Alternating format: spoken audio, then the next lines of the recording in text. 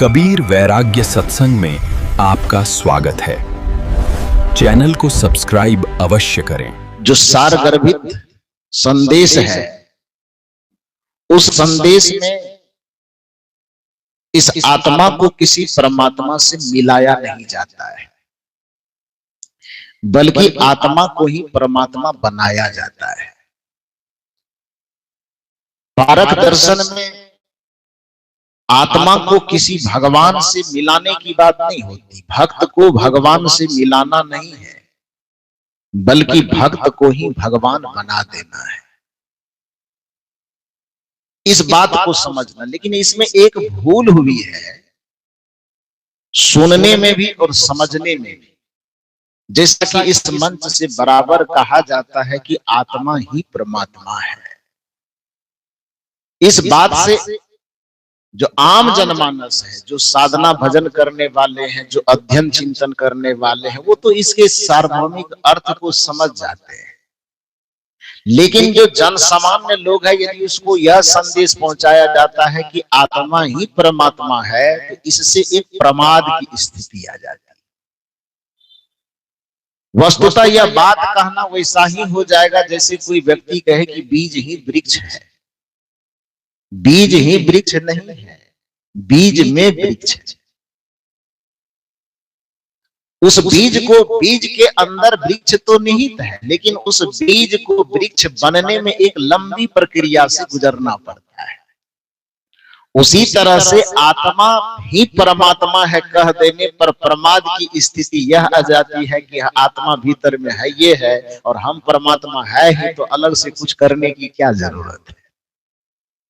यह तो बात ऐसी हो गई जैसे कोई कहे कि विद्यार्थी ही प्रोफेसर है, तो फिर विद्यार्थी को प्रोफेसर बनने की जो एक साधना करनी पड़ती, फिर वो साधना क्यों करेगा। विद्यार्थी ही प्रोफेसर नहीं है, बल्कि विद्यार्थी में प्रोफेसर की संभावना निहित है। ये दोनों अलग अलग बात है। विद्यार्थी में पदाधिकारी निहित है, विद्यार्थी ही पदाधिकारी नहीं है। यदि विद्यार्थी ही पदाधिकारी होगा तो फिर तो जितने विद्यार्थी एडमिशन लिए और सब पदाधिकारी हो जाए। इसलिए कबीर साहब ने एक साखी बहुत सुंदर कहा है कि सब घट मेरो साइया। यह बात सच है कि सब घट में मेरे परमात्मा है। सोनी सेज न कोई, लेकिन लगा दिया है कबीर साहब। और जब किसी भी चीज में अगर मगर लेकिन किंतु परंतु लग जाए तो समझो कि हार्ड ब्रेक नहीं, डिस्क ब्रेक लग गया। लगा कि नहीं लगा। तो कबीर साहब ने कहा कि सब घट मेरो साइया। यह बात सच है कि जितने प्राणी है सबके हृदय में बैठी आत्मा ही साई स्वरूप है। सब घट मेरो साइया, सुनी सेज न कोई, लेकिन लग गया है तो सब में, लेकिन मैं सबकी बलिहारी नहीं कर सकता, मैं सबका गुणगान नहीं गा सकता, मैं सबको नमन नहीं कर सकता। सब घट मेरो साइया, सुनी सेज न कोई, लेकिन बलिहारी वा सेज की जाघट परगट है सबके अंदर, लेकिन बलिहारी सबकी नहीं है। बलिहारी किसकी है? जिसने अपने घट के अंदर उस परम तत्व को प्रकट कर लिया है। प्रकट करने का मतलब कि एक बीज, दुनिया के जितने बीज है, प्रत्येक बीज के अंदर वृक्ष बनने की संभावना तो है, किंतु सभी वृक्ष या दावा, बीज या दावा नहीं कर सकता कि हम वृक्ष हो चुके हैं। क्योंकि हो सकता है कि कोई बीज खेत में न जाकर के कोई बीज पत्थर पर जाकर के बैठ जाए, तो पत्थर पर बैठने वाला बीज या कैसे दावा कर सकता है कि हम भी वृक्ष बन जाएंगे। कोई बीज ऐसा हो सकता है जो कहे कि हम जमीन के अंदर नहीं जाएंगे, हम जाकर के पलंग पर आराम करेंगे, तो पलंग पर आराम करने वाला बीज भी वृक्ष बन जाएगा क्या? यद्यपि पलंग पर जो बीज है उसके अंदर भी संभावना है वृक्ष बनने की, किंतु यदि उन्होंने गलत जगह का चुनाव कर लिया, खेत में जाने के बजाय वो पलंग पर चला गया, तो अब वृक्ष बनने से वंचित रह जाएगा, रहेगा ना। ठीक उसी प्रकार से प्रत्येक आत्मा के अंदर परमात्मा बनने की क्षमता तो है, लेकिन सभी आत्मा परमात्मा बन नहीं पाती है। इसलिए कबीर साहब कहते हैं, सब घट मेरो साइया सुनी सेज न कोय, लेकिन बलिहारी व सेज की जा घट प्रगट होय। जिसने अपने आत्मा के अंदर उस परम शक्ति परमात्मा तत्व को प्रकट कर लिया, उसी की कबीर साहब बलिहारी करते हैं, उसी का गुणानुवाद करते हैं। और आत्मा को परमात्मा बनाने की जो प्रक्रिया है, उसी को लोग साधना कहते हैं। आत्मा को परमात्मा बनाने की जो प्रक्रिया है, उसी को साधक ध्यान कहते हैं। आत्मा को जो परमात्मा बनाने की प्रक्रिया है, उसी को कबीर साहब की भाषा में भजन कहा जाता है। मन की तरंग मार लो बस हो गया भजन, आदत बुरी सुधार लो, आदत बुरी सुधार लो, बस हो गया भजन। मन की तरंग मार लो बस हो गया भजन। कि मन की तरंग के कारण ही वह आत्मा परमात्मा बनने से वंचित है। सदगुरु कबीर साहब ने बीजक की प्रथम साखी में इसका उद्घाटन करते हुए कहा कि जहिया जन्म मुक्ता हता तहिया हता न को। जिस रोज तुम्हारा जन्म हुआ था, उस रोज तुम्हारा स्वभाव मुक्त स्वरूप था, और जिस दिन आत्मा का मुक्त स्वरूप स्थिति थी या आगे होगी, उसी दिन यह आत्मा परमात्मा स्वरूप होगी। सदगुरु कबीर साहब कहते हैं, जहिया जन्म, जिस रोज तुम्हारा जन्म हुआ था, उस रोज तुम्हारा स्वभाव स्वरूपतः मुक्त ही था। जहिया जन्म मुक्ता हता तहिया हता न कोई। छठी तुम्हारी हो जगह तू कहां चला दिगो। कि जिस रोज तुम्हारा जन्म हुआ था, उस रोज तुम्हारे पास मात्र 5 ज्ञानेंद्रियां था। अभी छठी का विकास हुआ नहीं था। छठी क्या है? यहाँ पर 5 ज्ञानेंद्रियों के माध्यम से संग्रहित किए गए संस्कार के समुच्चय को छठा इंद्रिय कहते हैं, जिसका नाम हम लोग मन कहते हैं। ये मन स्वभावतः अपने आप बना हुआ चीज नहीं होता है। मन की अपनी कोई निजी सत्ता नहीं है, बल्कि मन 5 ज्ञानेंद्रियों के माध्यम से जो विषय ग्रहण किए जाते हैं, उस ग्रहण किए गए विषयों के संस्कार का जो समूह है, उस इकट्ठे समूह को हम नाम दे देते हैं मन। मन की अपनी कोई सत्ता नहीं होती, किंतु मन बहुत बलवान होता है। अब आप कहेंगे कि सत्ता जिसकी नहीं है वो बलवान कैसे हो सकता है? तो कल्पना कीजिए कि अभी धूप निकली हुई है और उस धूप में जाकर के कोई व्यक्ति खड़ा हो जाए, तो एक छाया बनेगी कि नहीं बनेगी? छाया बनेगी। छत्तीसगढ़ है इसीलिए पूछ रहा हूं, बिहार रहता तो नहीं पूछता। क्योंकि वहां तो जानता हूं कि छाया बनती है। अब यहाँ क्या मामला है, आप लोग धूप से कोई सेटलमेंट किए हो तो अलग बात है। तो क्या मामला है आप लोग नहीं बताओगे तो विधायक जी से पूछना पड़ेगा। इसलिए विधायक जी को कष्ट न दो, आप ही लोग बता दो। धूप में आप खड़े होंगे तो छाया बनेगी कि नहीं बनेगी? वो छाया की अपनी कोई सत्ता है? छाया क्यों बनी है? सूर्य की उपस्थिति के कारण और आपकी उपस्थिति के कारण। दो की सत्ता है, सूर्य की सत्ता और आपकी सत्ता। और इन दो की उपस्थिति जैसे ही होती है, तीसरी चीज अपने आप बन जाती है। उसका कोई अस्तित्व नहीं है, लेकिन उस छाया का अपना कोई अस्तित्व न होने के बावजूद भी आप उसे लाठी से मार करके दिखाई तो मार दीजिएगा। हाँ, भाला से एकदम कहिए कि भागो नहीं तो भाला मार देंगे, तो भाला के डर से भगा दीजिएगा। राइफल बंदूक के डर से, उससे न डरे तो हाथ में एटम बम ले लीजिए, उससे डराइए छाया को, तुम भागो नहीं तो उड़ा देंगे। तो छाया भी मन ही मन हंसेगी, कैसा पागल आदमी, हमको उड़ाने के चक्कर में खुद ही उड़ जाएगा। कहेगा कि नहीं कहेगा? उसको कुदाली से काटिए कि तुमको काट देंगे, तलवार से नहीं तो हटो। काट पाएंगे? उसको तलवार से आप काट नहीं सकते हैं, लाठी भाला से डरा नहीं सकते हैं, एटम बम से उड़ा नहीं सकते, तो मजबूत है ना। सत्ता नहीं है उसकी, लेकिन उसकी मजबूती इतनी ज्यादा है कि आप किसी भी चीज से उसको खत्म नहीं कर सकते। तो सत्ता न होने के बावजूद भी उसके पास इतना पावर है कि वो आपको परेशान कर देगा, आप उसको परेशान नहीं कर पाएंगे। उसी प्रकार से आपके अंतःकरण में मन की कोई सत्ता न होने के बावजूद भी मन इतना ताकतवर है कि वह आपको पूरी जिंदगी नचाते रहता है, फिर भी वह परेशान नहीं होता, आपको ही वो परेशान कर देता है। आप कहेंगे कि वो छाया है, तो छाया तो समझ में आ गई, मन भी कोई छाया कैसे है? छाया है जैसे सूर्य की उपस्थिति है और सामने में आप जाके खड़े हैं, तो दोनों के संयोग से न तीसरा चीज बना है। उसी प्रकार से संसार में पंच विषय है, रूप, रस, गंध, शब्द और स्पर्श। ये पंच विषय हो गया।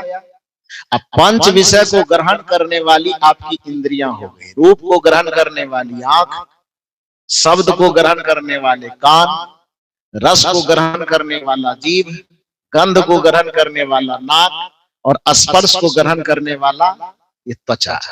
ये पांच ज्ञानेंद्रियां हैं, इसकी एक सत्ता हो गई। अब पंच विषय है, उसकी एक सत्ता हो गई। तो जैसे सूर्य और किसी व्यक्ति के संयोग से तीसरा चीज छाया बन जाता है, उसी तरह विषय और इंद्रियों के संयोग से जो संस्कार ग्रहण किए जाते हैं, उसकी जो छाया आपके अंतःकरण में बनती है, उसी को मनोविज्ञान की भाषा में मन कहा जाता है।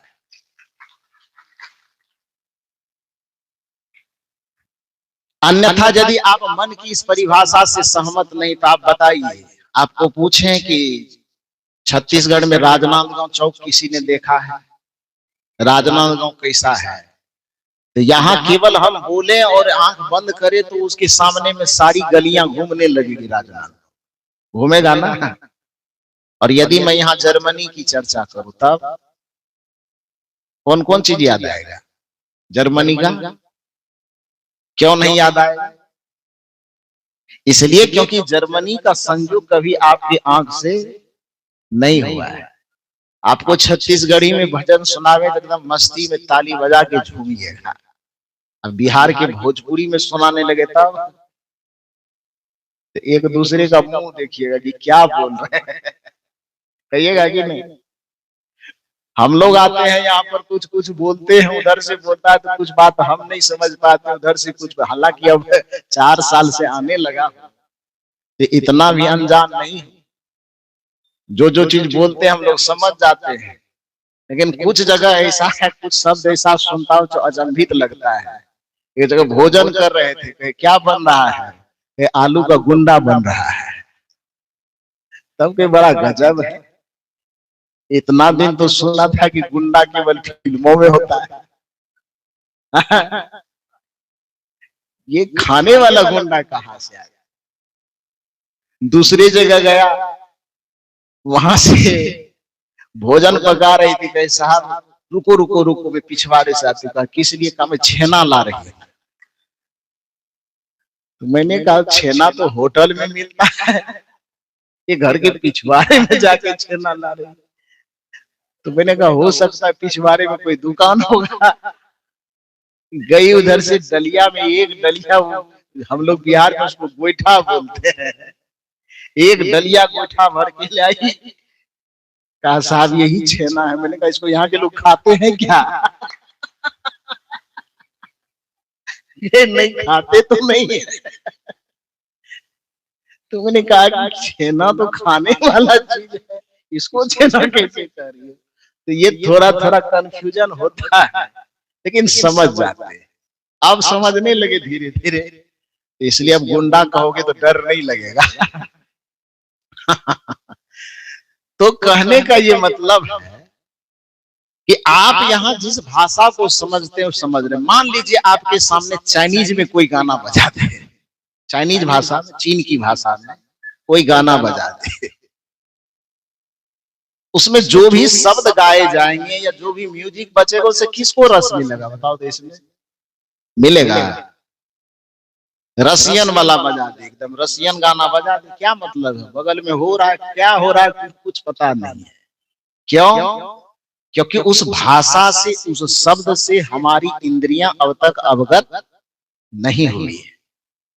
जिस स्वाद को हमने कभी नहीं चखा, जो इसमें बीड़ी खैनी खाने वाले पीने वाले हैं, जो दारू पीने वाले हैं, दारू पीने का समय जैसे हो जाए तो छटपटी छूट जाएगी। और जिसने कभी दारू खैनी कभी चखा नहीं, देखा नहीं, उस समय हो कि क्या, उसको क्या मतलब है? मतलब है कुछ नहीं है। क्यों?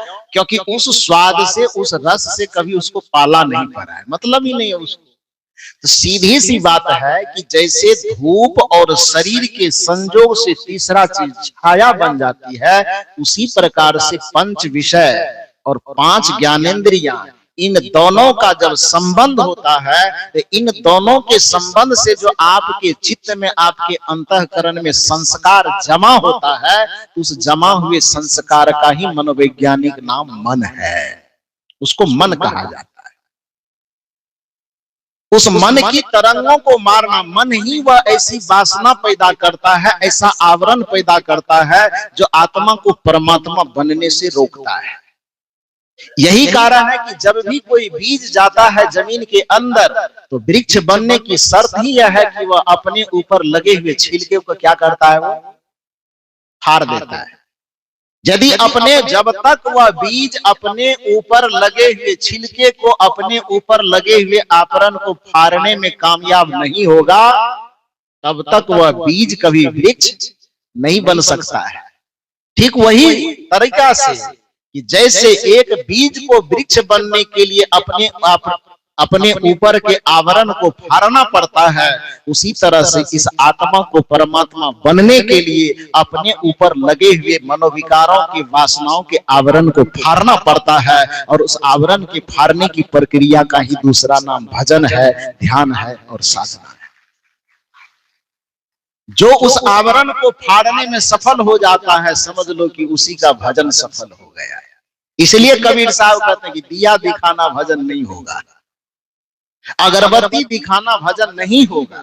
हाँ ठीक है, आप करते हो, उसकी कोई बुराई भी नहीं। सुबह सुबह अपने घरों में पवित्र वातावरण के लिए, बच्चों में अच्छे संस्कार के लिए आप कहीं तुलसी के सामने दिया जला लेते हो कि कुछ चित्र, अगरबत्ती, मोमबत्ती कुछ भी कर लेते हो, करो, कोई दिक्कत नहीं है, बुराई नहीं है। लेकिन इतनी बात ध्यान रखना कि अपनी चेतना को जीवन भर उसी में अटके मत रहने देना।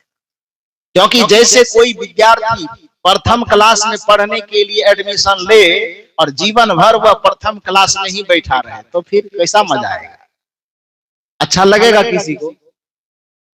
कल्पना करो कि आप अपने बच्चे को, जब वह बच्चा थोड़ा थोड़ा चलने के लायक हुआ है, चलने की कोशिश कर रहा है, इतना छोटा बच्चा है, न तो चल पा रहा है, न खड़ा हो पा रहा है, आपके मन में एक उमंग जगती है कि मेरा बच्चा खड़ा होने की कोशिश, चलने की कोशिश कर रहा है, तो ऐसा करूं, इसको एक गाड़ी ला करके दे दो, ठेलने वाला, धकेलने वाला। तो गाड़ी ला के दे दो, तो चाहे प्लास्टिक की गाड़ी हो कि काठ की बनी हुई गाड़ी हो, वो कहीं से खरीद करके आप ला दिए, आपके बच्चे धीरे धीरे उसके सहारे खड़ा भी होना सीख गया और धीरे धीरे उसके माध्यम से चलना भी सीख गया। यह दृश्य देख करके आपको प्रसन्नता होगी कि दुख होगा? थोड़ा जोर से बोलिए।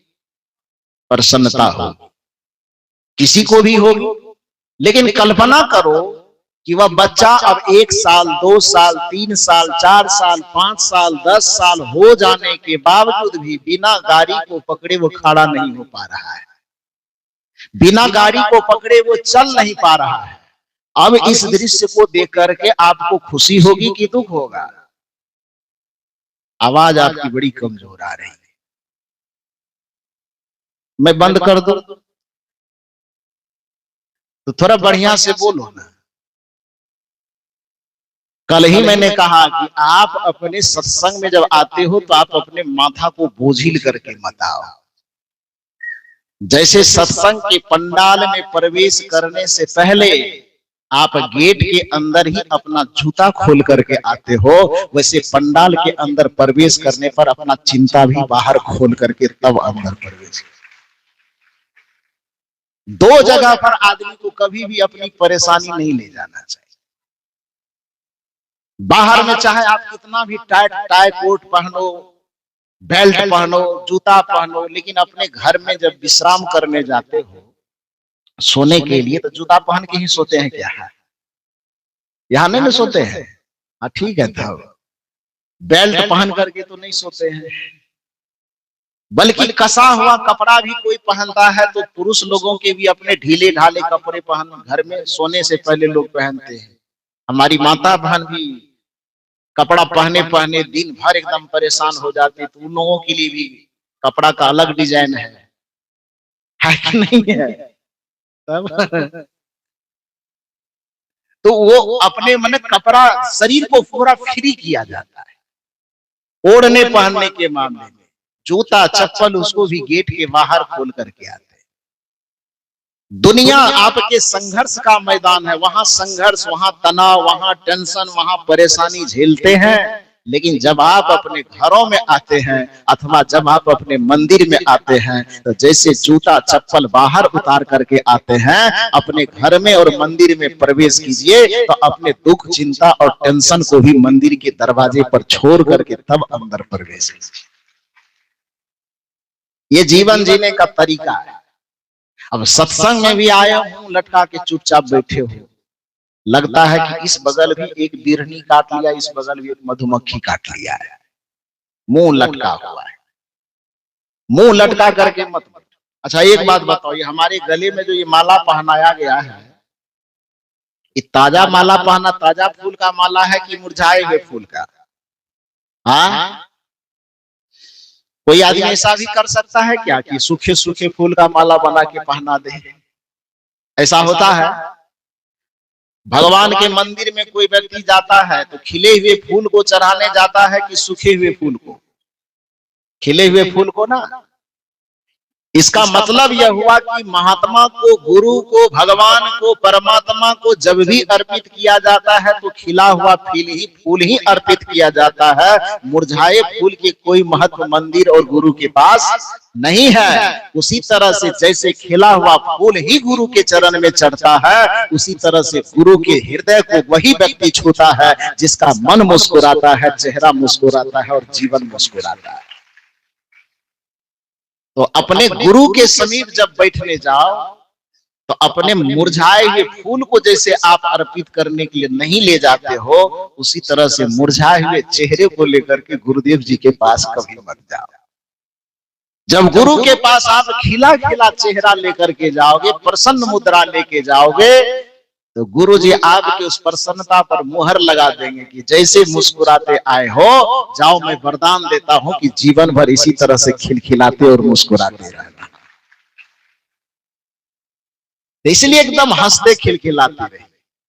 कल तो हंसने वाला फार्मूला बता ही रहे थे कि बिजली कट गया, तब कट गया कि नहीं कट गया? तब विधायक जी को क्लेम करना चाहिए। हाँ, तब अब विधायक जी को कैसे करेंगे? ये तो पूर्व विधायक हो चुके, तो अभी क्लेम कर दो, अगली बार जब वर्तमान हो जाएंगे तब क्लेम दूर कर देंगे।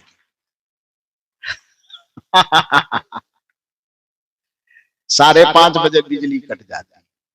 खैर जो भी हो, लेकिन हंसो। दुनिया का कोई भी ऐसा जगह नहीं है जो आपको मुस्कुराने। कल ही मैंने कहा था ना कि फूल शिक्षा क्या दे रही, 4th क्लास से हम लोग पढ़ते थे, फूलों से नित हंसना सीखो, भौरों से नित गाना, तरों की झुकी डालियों से सीखो शीश झुकाना, दूध तथा पानी से सीखो मिलना और मिलाना। मुझसे किसी ने पूछा कि मनुष्य की परिभाषा क्या हो सकती है? मैंने कहा मनुष्य की परिभाषा समाज शास्त्री के अनुसार दो कि अपने मन से दो। तो उन्होंने कहा नहीं, समाज शास्त्री वाला तो मनुष्य की परिभाषा बहुत सुन लिए हैं, आप अपने मन से कुछ बता सकते हैं तो बताइए। मैंने कहा मैं अपने मन से यदि परिभाषा दूं कि मनुष्य किसे कहते हैं, तो उसकी परिभाषा मैं यही देख सकता हूं कि जो इस पृथ्वी पर मुस्कुरा सकता है उसी प्राणी को मनुष्य कहा जाता है। क्योंकि मनुष्य के अलावा दूसरे किसी भी प्राणी को मुस्कुराने की क्षमता प्रकृति ने नहीं दिया है। दिया है क्या? और ठीक है, अपनी प्रसन्नता को व्यक्त करने का दूसरा कोई माध्यम। कुत्ता यदि खुश होगा तो पूंछड़ी हिलाएगा, मयूर खुश होगा तो नाच करके पंख फैलाएगा, होगा कि नहीं? गाय के बछड़े बछिया यदि खुश होंगे तो पूंछ उछा करके दौड़ेगा, कूदेगा। उसके पास खुशी व्यक्त करने का दूसरा तरीका है। लेकिन मनुष्य ही एक ऐसा प्राणी है जिसको यदि प्रसन्नता मिले तो उसको खिलखिला करके मुस्कुराने का वरदान मिला है। और दुर्भाग्य है कि आज आदमी दुनिया के हर एक चीज को अर्जित करने में अपने दिल और दिमाग को इतना व्यस्त कर दिया है कि सब चीज जमा तो कर लेता है लेकिन अपनी मुस्कुराहट को ही वह गवा बैठता है। इससे ज्यादा दुर्भाग्य की बात कुछ नहीं हो सकती। आज मनुष्य के दिल का सुकून इतना चला गया है कि जिस मनुष्य को बड़े भाग्य मानुष तन पावा कहने का अधिकार मिला था, वह मनुष्य आज इतना दुर्भाग्यशाली हो गया है कि हमारे इस मंच से भी परम पूज्य गुरुदेव श्री ज्ञान साहब जी की चर्चा सुने होंगे, उनकी प्रवचनों में सुने होंगे। वो बराबर कहते थे, चाहे यहाँ रहे तो कहे, बिहार जाए तो कहे। और मैं ऐसा सौभाग्यशाली हूँ, मैंने कहा ना, कल भी मैंने कहा था ना कि गुरुदेव संत जन हमारे बाह को हमेशा पकड़े रहते हैं। और यह मैंने आपको फॉर्मूला दिया था कि आप भी अपने बाह को गुरुओं से संतों से पकड़ा लेना, क्योंकि जिसके बाह को महात्मा पकड़ लेते हैं उसके बाह को परमात्मा अपने आप पकड़ लेता है। और मैं इस मामले में सौभाग्यशाली हूं। सोचो, 13 वर्ष की अवस्था में जब बच्चे को अपना पेंट संभालने का होश नहीं होता है, उस समय से मैं साधु मार्ग में आ गया। हमारे कुमार साहब इसके प्रमाण है, क्योंकि जिस समय हम नया नया आए थे, आज से 22 साल पहले, ये मेरे गुरु जी के स्थान में सदगुरु आचार्य श्री धर्म स्वरूप साहब जी मेरे गुरुदेव हुए। उस आश्रम में पहुंचे थे, वहां पर उस बचपन अवस्था में मुझे देखे तो साहब जी जिस समय देखे थे उस समय से भी 3 वर्ष 4 वर्ष पहले मैं आ गया। मतलब साधु मार्ग में प्रवेश करने से मुझे यह 26 वर्ष हो रहा है। कितना वर्ष?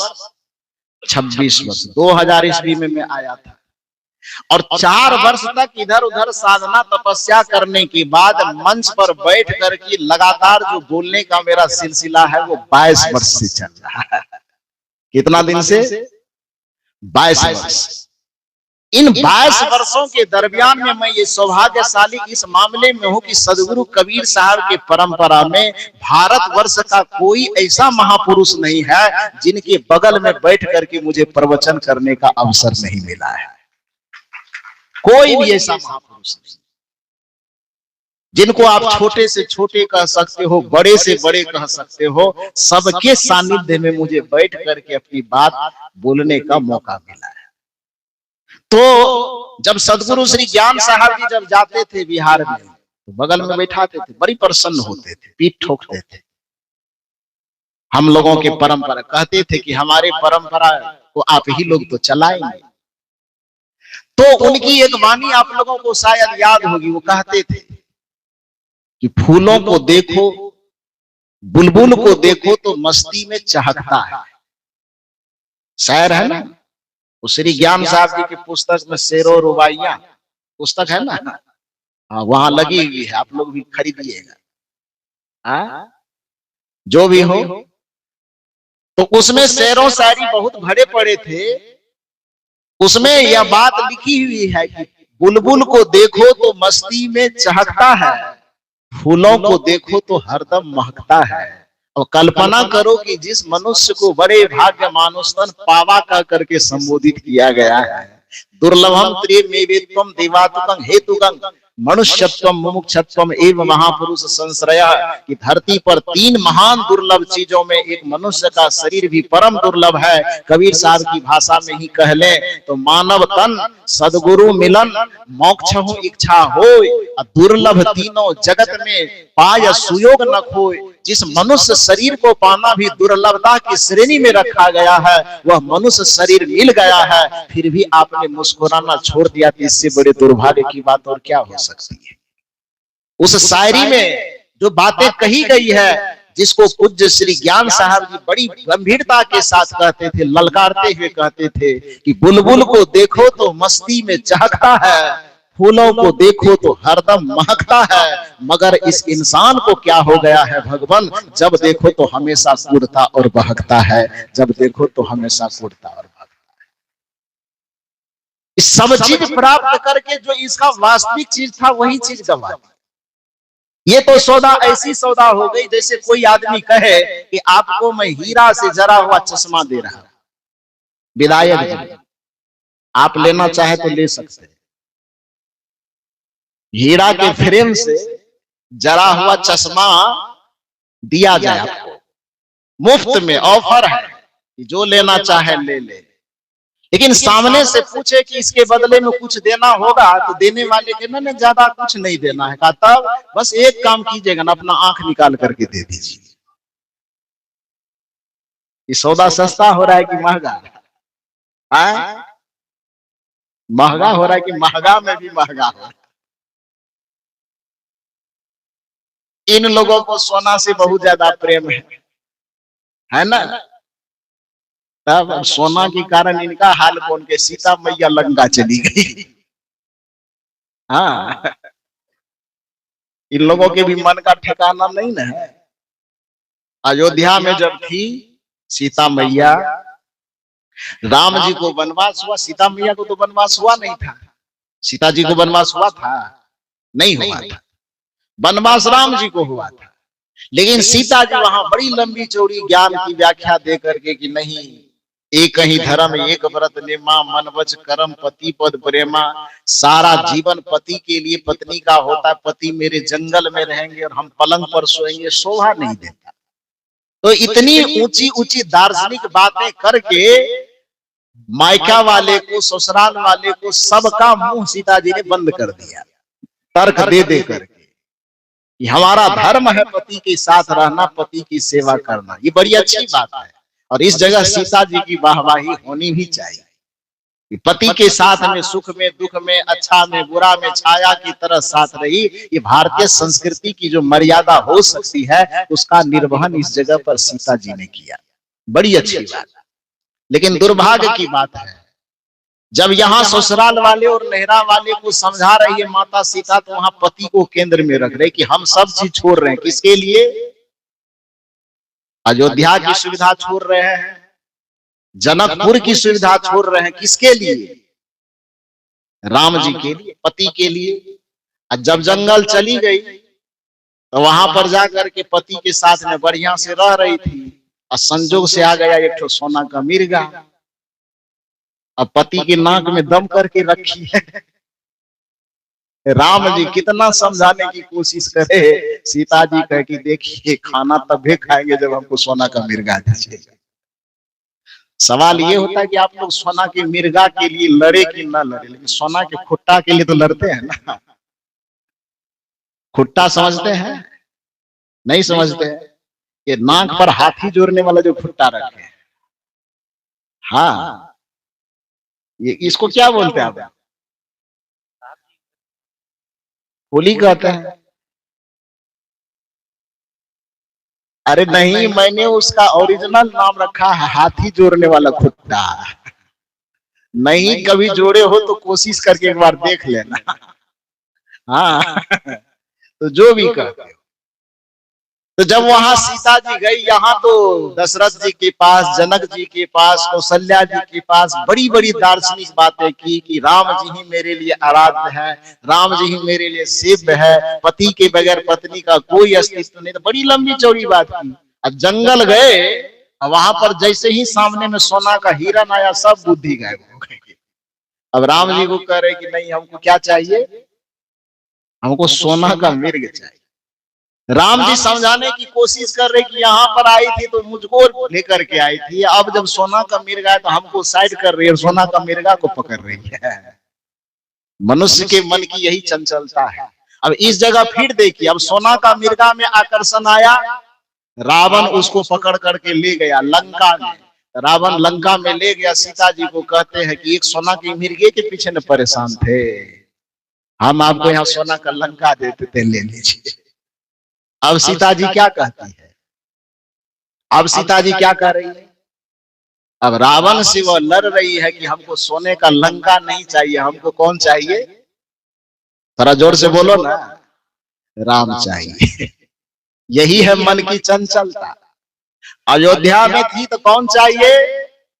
राम चाहिए। राम के पास पहुंच गई तब क्या चाहिए? सोना चाहिए। और सोना के खदान में पहुंच गई तब क्या चाहिए? राम चाहिए। फिर लौट करके खुशी कहां से मिलेगी? रोते रोते हंसना सीखो, हंसते हंसते रोना। देखो ये गाना शुरू किया, फिर कहीं लाइन में कट जाए। कल यही हो गया। तो इसलिए आज हमको कहना ना पड़े, आप लोग अपने मन से गाना। रोते रोते हंसना सीखो, हंसते हंसते रोना। जितनी चाबी भरी, फिर कमजोर से गाए, बिजली कटेगी तो आप ही लोग समझिएगा। धीरे से मत गाओ, जोर से गाओ ताकि बिजली न कटे। जितनी चाबी भरी, इधर कम आया आवाज। विधायक जी, इन लोगों को आप 50% आरक्षण दिए है कि नहीं? 50% आरक्षण मिला है आपको? खाली सरपंच बनने के लिए कि भजन भी गाओ? जोर से गाओ, कंपटीशन दोनों में करो। जितनी चाबी भरी राम ने, उतना चले। रोते रोते हंसना सीखो, हंसते हंसते रोना। जितनी चाबी भरी, जितनी चाबी भरी, उतना चले खिलौना। रोते रोते हंसते हंसते। वाह, कितना सुंदर गाते हैं आप लोग। एक बार जोरदार ताली सबके लिए। आनंद आ गया। चाहे आप फिल्म की गाना से सुनो, कि कबीर साहब के दर्शन से सुनो, कि रामचरितमानस के दर्शन से सुनो, सबका एक ही प्रयोजन है कि आप सब चीज गंवा देना, लेकिन अपनी मुस्कुराहट को मत गंवाना। क्योंकि इसी के लिए आप सब धन कमाते हो। क्यों कमाते हो? मुस्कुराने के लिए। नौकरी करते हो क्यों करते हो? प्रसन्न रहने के लिए। अच्छा अच्छा भोजन खाते हो क्यों खाते हो? प्रसन्न रहने के लिए। अच्छे अच्छे वस्त्र पहनते हो क्यों पहनते हो? प्रसन्न रहने के लिए। जो कुछ भी आपके द्वारा किया जाता है, उस करने के पीछे का उद्देश्य एक ही होता है कि ऐसा कर लेंगे तो मेरा मन प्रसन्न रहेगा, खिला खिला रहेगा। लेकिन आपने प्रसन्नता को गंवा करके दुनिया को अर्जित कर भी लिया, तो वह सौदा इतना महंगा हो गया, जैसे कोई आंख के बदले में आपको चश्मा देना चाहे तो चश्मा सस्ता नहीं, वह महंगा हो जाएगा। तो आपके पास संपत्ति आ ही गई, लेकिन वह संपत्ति यदि आपकी मुस्कुराहट को छीन लिया तो फिर संपत्ति का कोई मतलब नहीं है। रिश्ते जोड़े आपने, संबंध बनाए आपने, लेकिन वह संबंध यदि आपकी मुस्कुराहट को छीन लिया तो वह संबंध आपके लिए संबंध नहीं, बल्कि वह आपके लिए जहर के समान है। मैंने कहा अभी कि सोना आप लोगों का प्रिय आभूषण है, लेकिन कल्पना करो कि यहाँ से घोषणा कर दिया जाए कि जिसको सोने का मंगलसूत्र लेना है मुफ्त में यहाँ मंच से मिल रहा है, जो जो लेना चाहे ले ले। कौन कौन आदमी रुक जाइएगा? बोलिए, लेने से कौन कौन मना कीजिएगा? हमको नहीं लगता है कोई मना कीजिएगा। तब तो सब तैयार हो जाएगा। और जैसे ही सब तैयार होंगे, उसके साथ में एक शर्त जोड़ दी जाएगी कि सोने की बात कौन कहे, एकदम हीरा का मंगलसूत्र दिया जाएगा, लेकिन बदले में गर्दन काट लिया जाएगा। क्या होगा? आपको कलाई में एकदम बढ़िया सोने की चूड़ी दी जाएगी, लेकिन बदले में कलाई मांग ली जाएगी। ये सस्ता सौदा नहीं है। सोना पसंद होता है हर किसी को, लेकिन कलाई की कीमत चुकाने के बाद नहीं। सोने का हार सबको पसंद है, लेकिन अपना गर्दन कटवाने के शर्त पर किसी को भी सोना का हार पसंद नहीं होगा। कोई कहे कि मैं आपको 50,000 का जूता देना चाहता हूं, लेकिन बदले में आप अपना पैर काट करके दे दो, तो कोई भी आदमी कहेगा अपना जूता अपने पास रखो, हमारा पैर हमें मुबारक है, नहीं चाहिए जूता। तो पैर ज्यादा कीमती है, जूता ज्यादा कीमती नहीं है। गर्दन ज्यादा कीमती है, हीरे का हार ज्यादा कीमती नहीं है। आंख ज्यादा कीमती है, सोने से हीरे से जरा हुआ फ्रेम वाला चश्मा ज्यादा कीमती नहीं है। तो इसलिए आंख को बचाना ज्यादा आवश्यक है। चश्मा आते भी रहेगा, जाते भी रहेगा, उससे कोई ज्यादा दिक्कत नहीं। उस आंख की तरह ही आपकी जो मुस्कुराहट, आपके हृदय के सुकून, आपके हृदय के चैन ज्यादा कीमती है। उसको सुरक्षित रखो, बाकी धन दौलत पद प्रतिष्ठा आते रहेगा, जाते रहेगा, उससे कुछ लेना देना नहीं। तो अपनी प्रसन्नता को जरूर आप बचाओ। आज ये लोगों के बीच से जा रहा है, आज ये रिश्तों के बीच से जा रहा है, आज ये समाज के बीच से जा रहा है। उस मुस्कुराहट को बचा लीजिए। तो मैं निवेदन कर रहा था कि वह मन पर जो आवरण है, वासना का आवरण, जैसे बीज के ऊपर में पड़ा हुआ आवरण ही अंकुर का सबसे बड़ा विरोधी तत्व है। जब तक वह बीज उस अंकुर, उस छिलके से लड़ेगा नहीं, वह आवरण से लड़ेगा नहीं और आवरण को फाड़ेगा नहीं, तब तक वह वृक्ष बनने की दिशा में कभी आगे नहीं बढ़ सकता।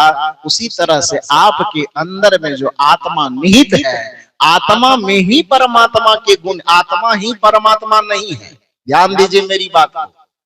मैं क्या कह रहा हूं, आपको ये ना लगे कि कोई नई बात मैं कह रहा हूं। नई बात नहीं कह रहा हूं, बात वही कह रहा हूं, लेकिन उसको थोड़ा नए तरीके से समझने की कोशिश कीजिए। यदि हम आत्मा को ही परमात्मा मान करके बैठ जाएंगे तो हमारे अंदर इतना प्रमाद आ जाएगा कि हम कहेंगे कि जब ऑलरेडी हम वो है ही, तो फिर अलग से मेहनत क्यों करें, जैसा कि बहुत सारे कबीरपंथी लोग करता है ना। तो ध्यान करने की क्या जरूरत है, हम शुद्ध चेतन ज्ञान स्वरूपम, तभी तुरंत थोड़े हो गए हैं। मूर्ति की पूजा जो आप करते हैं, दिया अगरबत्ती जो दिखाते हैं, उसकी आवश्यकता है क्यों? तो मैं उदाहरण यही दे रहा था आप लोगों को कि जैसे छोटे बच्चे को चलाने के लिए जब आप गाड़ी देते हैं, चाहे रबड़ की गाड़ी दें कि लकड़ी की गाड़ी दें, तो जिस समय देते हैं उस समय तो मन को बड़ी प्रसन्नता होती है। किंतु यदि 10 बजे तक, 10 वर्ष तक, 12-15 वर्ष तक वह बच्चा उस गाड़ी को छोड़ के न चल सके, न खड़ा हो सके, तो दुनिया की कोई भी माता पिता खुश होंगे? दुखी होंगे? दुखी होंगे ना? क्यों दुखी होंगे? गाड़ी तो ला करके आप ही दिए थे, तो दुखी क्यों है? आपका जवाब होगा कि हाँ, गाड़ी ला करके मैंने दिया था, लेकिन जब वो बच्चा था, चलने के लिए सीख रहा था, जब उनके पैर में ताकत नहीं थी, तब तक उसके पैर में ताकत भरने के लिए, सीखने के लिए हमने लकड़ी का, रबड़ का गाड़ी पकड़ाया था। लेकिन अब तो चलना सीख गया, अब तो दौड़ना सीख गया, तो अब ये गाड़ी क्यों पकड़ा हुआ है? ये सवाल आप करेंगे ना? आपसे ये सवाल कीजिएगा कि नहीं कीजिएगा? सदगुरु कबीर साहब का यही सवाल आपको देख करके, जिस बच्चे को आपने अपने से ही गाड़ी पकड़ाई, लेकिन वह बच्चा 10 बरस के बाद भी गाड़ी न छोड़े, तो दुनिया के प्रत्येक माता पिता ये पूरी दुनिया से सवाल करेंगे कि हमने गाड़ी पकड़ाई थी केवल खड़ा होने के लिए, अब खड़ा भी हो गया है, अब दौड़ भी रहा है, फिर भी ये गाड़ी क्यों नहीं छोड़ रहा है? जो चिंता इस बात को लेकर प्रत्येक माँ बाप को हो सकती है, वही सदगुरु कबीर साहब जो हम सबों के पिता है, उसको भी यही तकलीफ हो रही है कि पूजा पाठ, तीर्थ, व्रत, इसको तो केवल चेतना को खड़ा होने के लिए पकड़ाया गया था, लेकिन इसकी चेतना परिपक्व हो जाने के बावजूद भी ये तीर्थ, व्रत, मरत और पूजा पाठ के गाड़ी को छोड़ना ही नहीं चाह रहा है। इसलिए कबीर साहब चिंतित होकर के आप लोगों को ललकार रहे हैं, वो समझा रहे हैं। वो आपके पूजा से नफरत नहीं कर रहा है, वो आपके पाठ से, आपके तीरथ से, आपके व्रत से, आपके दिया जलाने से, आपके अगरबत्ती जलाने से कबीर साहब को कोई आपत्ति नहीं है, कोई नफरत नहीं, कोई घृणा नहीं है। हाँ, लेकिन चिंता जरूर है। कौन सी चिंता? जो चिंता आपको अपने ही बच्चे के गाड़ी पकड़ करके 15 वर्ष के बाद भी चलने की चिंता है कि गाड़ी पकड़ाए थे, छोटा था इसीलिए तो पकड़ाए थे, अब बड़ा हो गया, अब तो कम से कम इसको छोड़ देना चाहिए, अपने पैर पर खड़ा होकर के दौड़ना चाहिए। कबीर साहब ने भी उस तीरथ, व्रत और मूरत के लिए, उस सगुन रूप में जो पूजा आप करते हैं, उस पूजा के लिए कबीर साहब ने स्पष्ट कहा है बीजक के अंतर्गत कि थोरे थोरे थिर होहू भाई, अब बिन थंभे जस मंदिर थमाई। कि थोड़ा थोड़ा जैसे गाड़ी को चलाने वाला बच्चा थोड़ा थोड़ा खड़ा भी होता है, थोड़ा थोड़ा गिरता भी है, थोड़ा थोड़ा चलता भी है, थोड़ा थोड़ा गिरता भी है, लेकिन एक दिन ऐसा आता है जब उसके पैर में ताकत आ जाती है तो फिर चलने की बात तो छोड़िए, मैराथन दौड़ में भाग लेने के लिए चला जाता है। तो जिस समय मैराथन दौड़ में भाग लेने के लिए जा रहा है उस समय भी ठेला गाड़ी पकड़ेगा? जरा जोर से बताइए, नहीं न पकड़ेगा जी। कबीर साहब की चिंता यही है कि यदि तू ठेला गाड़ी जिंदगी भर नहीं छोड़ा, वो ठेला गाड़ी जो तुम चलने के लिए पकड़े थे वही ठेला गाड़ी तुमको एक दिन अपाहिज बना देगा, फिर दौड़ नहीं पाओगे, दौड़ में भाग नहीं ले पाओगे। उसी प्रकार से भक्ति के क्षेत्र में जब आप चलते हैं तो स्वाभाविक बात है कि भक्ति के क्षेत्र में नया नया आप चले हैं, प्राथमिकता में आप चल रहे हैं, तो कोई पूजा करो, कोई व्रत करो, कोई तीर्थ करो, कोई पूजा पाठ करो, कुछ भी अपने घरों में करते हैं वो करने से मना ही नहीं है, लेकिन तब चिंता हो जाती है जब आप जिंदगी के आखिरी पड़ाव तक पहुंचते हैं। 42 बरस से आप यहाँ पर बैठ करके सत्संग सुनते हैं, सत्संग सुनने के बावजूद भी आपकी चेतना में ताकत नहीं आती है, तब इन गुरुजनों को चिंता होती है कि हमारे बच्चों को क्या हो गया। जो ताकत भरने के लिए 42 बरस से आयोजन किया जा रहा है फिर भी यहाँ सत्संग सुन लेता है, घर में जाता है तो लड्डू लेकर के कहां पहुंच जाता है। तब जिसके पास लड्डू लेकर के गए वो अभी कल क्या बताया था, जय जय जय हनुमान गोसाई, आजे भूल गए। कल ही तो बोले थे कि होमवर्क देंगे लेके आइएगा, इसमें जितने खास करके मास्टर साहब लोग बैठे उसको मैंने होमवर्क दिया था, जान करके दिया था। क्यों दिया था? सब चीज भूल गए आप लोग क्या? मैंने जितने मास्टर साहब उनको कहा था कि आपको मैं होमवर्क दे रहा, तो किसी ने पूछा कि मास्टर साहब को होमवर्क क्यों दिए? हम कहे कि 22 बरस तक हमसे होमवर्क करवाए तो बदला तो लेंगे ना, मौका मिला है तो। हाँ, 20-25 बरस तक हम लोग को होमवर्क करवाए, नहीं करते थे तो कभी हाथ निकालो, हाथ निकालते थे, छड़ी ऐसे ऐसे चमकाता था, जैसे जैसे चमकाता था हाथ को पीछे खींचते थे। हाँ खींचते थे ना, तब तो बड़ी मार मारे हैं आप लोग। हाँ तो ठीक है, कोई बात नहीं, बिहार वाले मारे हैं लेकिन बिरादरी आप ही लोगों की है तो सुनना तो आप ही लोगों को पड़ेगा। तो वहां इतना होमवर्क के नाम पर मारे हैं तो 3 दिन के लिए बदला लेने का मौका मुझे मिला तो इसलिए होमवर्क दिए थे, करके क्यों नहीं आए? तो आप तो गुरुजन है, मार तो सकते नहीं लेकिन डांट तो सकता हूँ, तो थोड़ा बढ़िया से दोहरा दीजिए, जय जय जय हनुमान गोसाई। क्यों कृपा करेगा गुरुदेव? गुरुदेव कर्जा खाया है? सुबह सुबह जैसे होता है शनिवार और मंगलवार आता है तो अपने थैले में लड्डू भर करके फूल दिया अगरबत्ती लेकर के कहां जाती हो? ईमानदारी से बताना, कहां जाती हो? मंदिर। अब मंदिर में गए तो वहां कहे कि केवल मेरा कृपा काम नहीं करेगा, कृपा किसका काम करेगा? अचल साहब, श्री अभिलाष साहब जी का, श्री धर्म स्वरूप साहब जी का, श्री ज्ञान साहब जी का, जो संत है उनकी कृपा काम करेगा। और आप अब नादानी में इस बात को भूल गए। अरे इतनी सी बात की समझ तो आपको होनी चाहिए कि सामने में एक लाइट लगी हुई है, रोशनी जलती है उसमें, तो लाइट में रोशनी कब जलती है? बल्ब में, जब उसमें 2 तार लगे होते हैं तब न जलती है।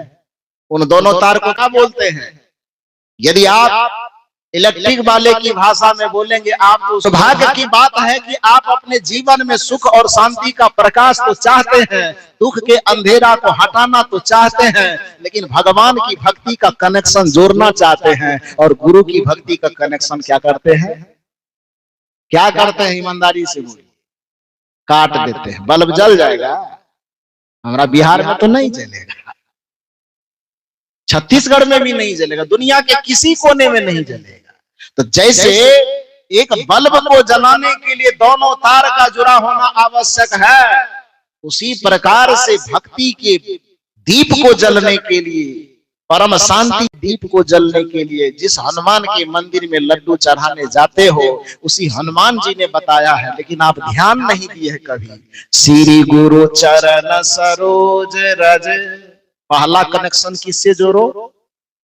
थोड़ा जोर से बोलो, गुरु से। लेकिन ये कनेक्शन जोड़े ही नहीं, सोचे कि लड्डुए खिलाने से काम चल जाएगा।